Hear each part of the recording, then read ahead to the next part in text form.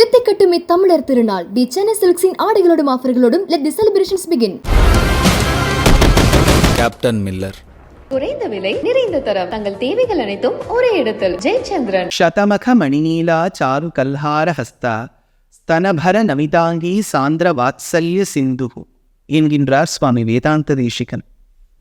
உயர்ந்த இந்த பிரபந்தமான திருப்பாவையை கேட்டோம், அனுபவித்தோம், கண்டு கழித்தோம்.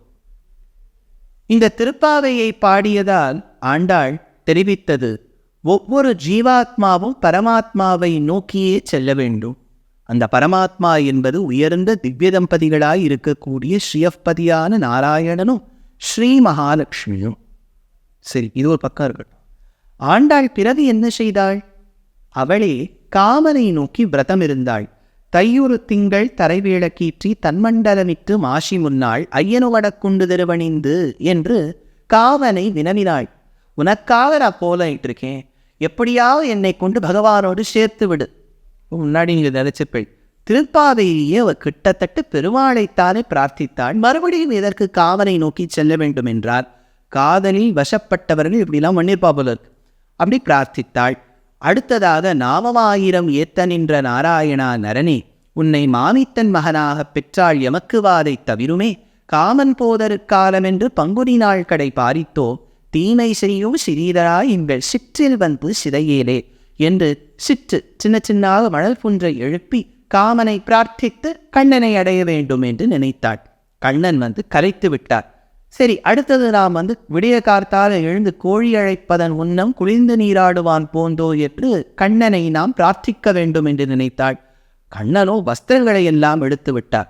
அடுத்தது நாம் மேகங்களை கொண்டு கண்ணனிடத்தில் தூது சொல்ல வேண்டுமோ? விண்ணீல வேலாப்பு விரித்தாற்போல் மேகங்கள் தென்னீர்வாய் வேங்கடத்தின் திருமாலோ போந்தானே என்று மேகங்களை விட்டு தூதுவிடலாமா என்று நினைத்தாள். ஆரோ ஒரு பக்தர் சங்கை எடுத்து கொண்டு செல்லும்போது சங்கை பார்த்து சொன்னாள், கற்பூரம் நாருமோ கமலப்பூ நாருமோ, திருப்பவள செவ்வாய்த்தான் தித்தித்திருக்குமோ, மறுப்பொசித்த மாதவன்தன் வாய்ச்சுவையும் நாற்றமும் விரிப்புத்து கேட்கின்றேன் சொல்லாழி வெண்சங்கே. சங்கே, நீ ஒருவன்தான் பகவானின் அதரத்தை சுவைத்தவன், உனக்குத்தான் தெரியும் சுவை எப்படி இருக்கின்றது, நாற்றம் எப்படி இருக்கின்றது என்று நீ சொல்ல வேண்டும் சங்கே. எப்படியாக கொண்டு என்னுடைய காதலை பகவானிடத்தில் சொல்லு. குருவியை பார்த்தாள், சின்ன பட்சிகளை பார்த்தாள். மன்னு பெரும் புகழ் மாதவன் மாமணி மன்னன் மணிமுடி மைந்தன் தன்னை உகந்ததோர் காரணமாகி என் சங்கிழக்கும் வழக்குண்டே, உன்னல் குறுக்கத்தின் ஆழில் செழுந்தி புதும்பினில் வாழி குயிலே. குயிலிடம் பிரார்த்தித்தாள். குயில் கிட்ட சொன்னா, மேகங்கள் கிட்ட சொன்னா, சங்கவாத்தியம் கிட்ட சொன்னா, எல்லாம் சொல்லிவிட்டு, ஐயோ கண்ணனுக்காக நான் பாவை நோம்பு இருந்தேனே, இன்னும் என்னை மணக்க வரவில்லையே என் மணாளன் என்று நினைத்து தூங்கினாள். தூங்கும்போது ஒரு கனா கண்டாள். கனவுங்கிறது ஒரு பெரிய விஷயம் இல்லை, உங்களுக்கும் வருது எனக்கும் வருது. ஆனால் சில கனவுகளுக்கு ரொம்ப பிராதானியம்.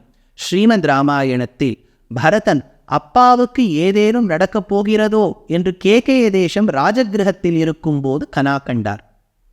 லங்கா பிரதேசத்தில் ராமனுக்கு நல்ல விஷயங்களும் ராவணனுக்கு தீயது நடப்பது போல் கனா கண்டாள் திருஜட்டா.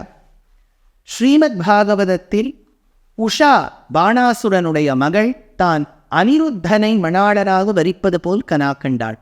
ஸ்வப்ன வாசவதத்தம் என்கின்ற சம்ஸ்கிருத கிரந்தமே உள்ளது. இப்படி கனவு கண்டவர்களில் வரிசையில் ஆண்டாளும் ஒரு கனா கண்டாள். கண்ட கனாபினை தன்னுடைய தோழியினிடத்தில் விடியற்கார்த்தால போய் சொல்றா. தோழி கேட்டா, என்னடி நீ அப்படி கனவு கண்டுட்ட, ஆஹா ஓஹோன்னு ஆர்ப்பரிக்கிறியே, என்ன கனவு கண்டாய்? அப்போதான் அவன் சொல்றா, வாரணம் 1000 சூழ வலம் செய்து, இல்லை பலம் பொருந்திய ஆனைகள், 1 இல்லை 2 இல்லை 1000 ஆனைகள், வாரணம் 1000 சூழ வலம் செய்து அதற்கு நடுவில் நாரணன் நம்பி நடந்து வந்தான். நாரணன் நம்பி நடக்கின்றான் என்றெதிர் பூரண பொற்குடம் வைத்து புறமெங்கும் தோரணம் நாட்ட கனா கண்டேன் தோழி. நான் தோரணம் நடுவது போல் கனா கண்டேன். நாராயணன் யானை போல் நடந்துவது போல் கனா கண்டேன். பொற்குடங்கள் நிறைந்து வருவது போல் கனா கண்டேன் என்று சொன்னாள் ஆண்டாள். வேற என்னடி கனா கண்ட ஆண்டாள்? பொறிபுதமட்ட கனா கண்டேன் தோழிதான். எனக்கு லாஜகோமம், இதெல்லாம் வரிசையில் சொல்லலை, இதெல்லாம் லாஜகோமம் நடப்பது போல் கனா கண்டேன், கைப்பற்றுவது போல் கனா கண்டேன், குங்குமம் அப்புவது போல் கனா கண்டேன், அம்மி மிதிப்பது போல் கனா கண்டேன். என்னுடைய சுவாமி நாதன் நாராயணன் அந்த பந்தற்கால் அதை நட்டு வரும்போது அவர் மாப்பிள்ளையாக பாராத்துன்னு சொல்றா பாருங்க, அதுபோல் கனா கண்டேன். என்னுடைய 9 கஜ புடவையை அந்தரியாத அம்பாள் வந்து எனக்கு அணிவிப்பது போல் கனா கண்டேன் என்று வரிசையாக ஒரு விவாகத்தில் சனாதன தர்மத்தில் இந்து மதத்தில் என்னென்ன சடங்குகள் சொல்லப்பட்டிருக்கோ அத்தனை விரித்துரைத்து இதெல்லாம் எனக்கு நடந்தது போல் கனா கண்டேன்னு சொன்ன பிறகு ஒரு நாள் அப்பாவானவர் வியந்து விட்டார் விஷ்ணு சித்தர். அவர் வடபெரும் கோயிலுடையான் பகவானுக்காக தொடுத்து வைத்திருந்த மாலையை தான் அணிந்து, நல்லா பாருங்க, குரு பரம்பரையில் என்ன சொல்றாரு, சின்ன குழந்தை ஆண்டாள் கூரை உடுத்தி 9 கஜம் கட்டிண்டு திலகம் இட்டு கொண்டு காதில் இருக்கக்கூடிய ஆபரணங்கள்லாம் சாத்திண்டு கொண்டை ஹரித்து பூமாலையை அணிவித்து தன்னுடைய அழகை ஒரு கண்ணாடியில் அல்லது ஒரு கிணற்றில் கண்டு கொண்டிருந்தாள். இதை பார்த்து பெரியாழ்வார் வியந்து விட்டார். ஐயோ, என் பொண்ணு இப்படி அபசாரப்பட்டுட்டாளே, இத்துணை நாட்களாக இவள் சூடி களைந்த மாலையைத்தான் நாம் பகவானுக்கு கொடுத்தோமோ என்று துக்கித்தார், சோகித்தார். நேரே சென்றார் பெருமாள் கிட்ட, அபசாரம் பண்ணிவிட்டேன், புது மாலையை தொடுத்துன்னு வரையேன். புது மாலையை எடுத்துன்னு வந்தார். பெருமாள் கனவின் தோன்றி சொன்னார், இனிமே நீ புதுசாக கொடுக்குற மாலை எனக்கு வேண்டாம், எப்போவுமே அவன் சூடி களைந்த மாலைத்தான் எனக்கு பிடிக்கும், அதுதான் எனக்கு வேண்டும்னு சொல்லிவிட்டார். அப்போது ஆண்டாள் கிட்ட பெரியாழ்வார் கேட்டார், யாரை கல்யாணம் பண்ணிக்கிறேன்னு. அவ சொன்னா, மானிடவர்க்கு எம்மை பேச்சுப்படி வாழவில்லைன்னு கண்டாய் மன்மதனே, மனுஷனை கல்யாணம் பண்ணிக்க மாட்டேன். ஆழ்வார் துக்கித்தார், சோகித்தார். ஐயோ, நான் எங்கேருந்து பிள்ளையை தேடின்னு போவேன், மனுஷனை கல்யாணம் பண்ணிக்க மாட்டேன்னு சொன்னால் நான் எந்த தேவனுக்காக தேடி போவேன்னு அவரும் துக்கித்தார். ஆண்டாளுக்கும் துக்கம், அப்பா நம்ம எண்ணத்தை புரிஞ்சுக்கவே மாட்டேங்கிறாரேன்னு. இந்த எண்ணம் வரும்போது இருவர்களுக்கும் கனவு. அதுதான் வாரணமாயிரம் இவளுக்கு வந்துடுத்தோ, இவருக்கு ஒரு கனவு. பெருமாள் சொல்லிவிட்டா, நான் இவளை கல்யாணம் பண்ணிக்கிறேன், அழைத்து வா, இங்கேன்னு சொல்லலை. உடனே ஆழ்வார் அடுத்த நாள் காத்தால விழுந்தார். உடனே பெண்ணை பார்த்து கேட்டார், உனக்கு பதரிகாசிரமம் பத்ரி நாராயணன் ரொம்ப அழகான அவதாரம், அர்ச்சாவதாரம், அங்கே கூட்டு போயிட்டுமா? ஐயோ அப்பா, நான் மதுரை பக்கத்தில் ஸ்ரீவில்லிபுத்தூரில் வளர்ந்து வாழ்ந்தவள், என்னாத அவ்வளோ பனி குளிர் இதெல்லாம் தாங்கவே முடியாது. அடுத்தது துவாரகாவில் இருக்கக்கூடிய ஸ்ரீநாத்ஜியை கல்யாணம் பண்ணிக்கிறியா? நம்ம கேள்விப்பட்ட வரைக்கும் சப்பன் போ சாட்டுண்டே இருப்பார். இந்த மாதிரி சாட்டுண்டே இருந்தாலும் எப்படிப்பா அவரை கல்யாணம் பண்ணிப்பேன்? பண்டர்பூரில் இருக்கக்கூடிய விட்டலனை பண்ணிக்கிறியா? பண்ணிக்கலாம். அவர் என்னப்பா பேலன்ஸே இல்லாமல் ஒத்த செங்கல் நின்றுட்டு இருக்கார், விட்டல். அதனால் அவர் எப்போ வீடெல்லாம் கட்ட போகிறார், அதனால் இவரை நான் பண்ணிக்க மாட்டேன். புரி ஜெகநாத்தில் இருக்கக்கூடிய ஜெகநாத சுவாமியை பண்ணிக்கிறியா? பண்ணிக்கலாம். கூடவே நாத்தனாரான சுபத்ரா இருக்கா, அவ இருக்கக்கூடிய வீட்டில் நான் இப்படிப்பா போவேன். திருப்பதி திருவேங்கடமுடையான பண்ணிக்கிறியாம்மா? பண்ணிக்கலாம்ப்பா. இப்போ நான் போய் நிற்கணும், 10,000 ரூபாய் சீட்டை போய் வாங்க வேண்டியது தான். அவரை பார்க்குறது பத்தினியே போய் பார்க்கணும்னா ஜலகண்ணி தள்ளி விட்டுட்டா எப்படிப்பா? சரி, எங்கள் உடுப்பியில் இருக்கக்கூடிய கிருஷ்ணரை பண்ணிக்கிறியாமா? பண்ணிக்கலாம். ரொம்ப சின்னவராக இருக்கார். குருவாயூர் அதை விட அழகாக இருக்கார், ஆனால் அவரை விட இன்னும் சின்னவராக இருக்கார். இவர் ஏறக்குறைய நான் தான் இவர் மடியில் உட்காந்து வச்சுன்னு வெளியில் போகணும் போல இருக்குப்பா, முடியாது. காஞ்சிபுரத்தில் இருக்கக்கூடிய தேவப்பெருமாள் எல்லாம் நன்னாதான் இருக்குப்பா, உங்களை சுற்றி முற்றி பார்த்தா வெறும் பட்டு கடையாக இருக்குது, ஏறக்குறைய நான் வீட்டுக்கே திரும்ப மாட்டேன் போல இருக்குது, கடையாக போயிட்டு இருப்பேன். இதுவும் வேண்டாம். என்னம்மா திருவல்லிக்கேணி பார்த்த சாரதி, இப்போ அங்கே நிறைய மாடெல்லாம் சுற்றிகிட்டே இருக்கேன், அதெல்லாம் கவலைப்படாதேப்பா, அதெல்லாம் நான் பார்த்துப்பேன், நான் 1000 பெண்ணாச்சே, மாடெல்லாம் நான் சமாளிச்சுடுவேன். பெரிய மீசையை வச்சுட்டு இருக்காருப்பா, பயமாக இருக்கவரை பார்க்கறதுக்கே. சரி, பார்த்த சாரதியும் வேண்டாம். வேற என்ன வேணாம்? உப்பிலியப்பன், அவர் ஏகபத்னி விரதன், பூமாதேவியை கல்யாணம் பண்ணிட்டு இருக்கார், உப்பு இல்லாமல் சாப்பிட்டு இருப்பார். ஒரு நாள் 2 நாள்லாம் பரவாயில்லப்பா, அத்தனை நாளும் எப்படி பிரசாதத்தை உப்பு இல்லாமல் சாப்பிட்றது? சரிம்மா, ரங்கநாதனையை பண்ணிக்கிறியா? கேட்குற பேரே ரொம்ப நன்னா இருக்குப்பா.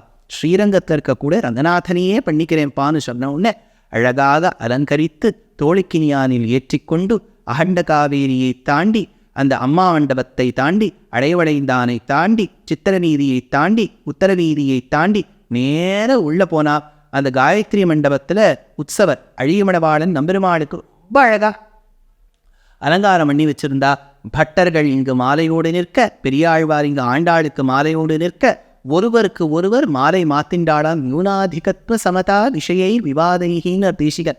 எந்த பக்கம் ஜாஸ்தி எந்த பக்கம் கம்மி, எந்த பக்கம் ஜாஸ்தி எந்த பக்கம் கம்மின்னே எனக்கு தெரியலையே, அந்த அளவுக்கு 2 பேரும் உயர்ந்த தம்பதிகளாக காட்சி கொடுக்கின்றார்களேன்னு சொல்ல, ஆண்டாளுக்கும் ரங்கநாதனுக்கும் ஆச்சரியமான விவாகம் நடந்தேறியது.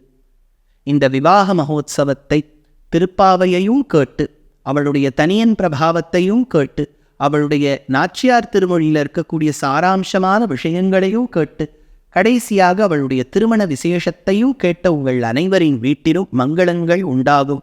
ஆழ்வார்கள் ஆச்சாரியர்கள் அனுகிரகத்தால் நிச்சயமாக மங்களானி பவந்து என்று ஆச்சாரியன் சொல்லுவது போல் நல்லதே நடக்கும். உங்கள் வீட்டில் பிரிந்த தம்பதியினர் சேருவார்கள். கல்யாணம் ஆக வேண்டிய பெண் பிள்ளைகளுக்கு ஆண்டாள் நாச்சியாருடைய அனுகிரகத்தால், கோதாதேவியின் அனுகிரகத்தால் நிச்சயமாக கல்யாணமாகி சுபீக்ஷமாக இருப்பார்கள் என்கின்ற பிரார்த்தனையோடு நிறைவு செய்கின்றேன். கவிதார்க்கிக சிம்ஹாய கல்யாண குணசாலினே ஸ்ரீமதே வெங்கடேஷாய வேதாந்த குரவே நமः. நமஸ்காரம். தித்திக்கட்டும் இத்தமிழர் திருநாள் தி சென்னை சில்க்ஸின் ஆடைகளோடும் ஆஃபர்களோடும் let the celebrations begin. Captain Miller. குறைந்த விலை, நிறைந்த தரம், தங்கள் தேவைகள் அனைத்தும் ஒரே இடத்தில். ஜெயச்சந்திரன்.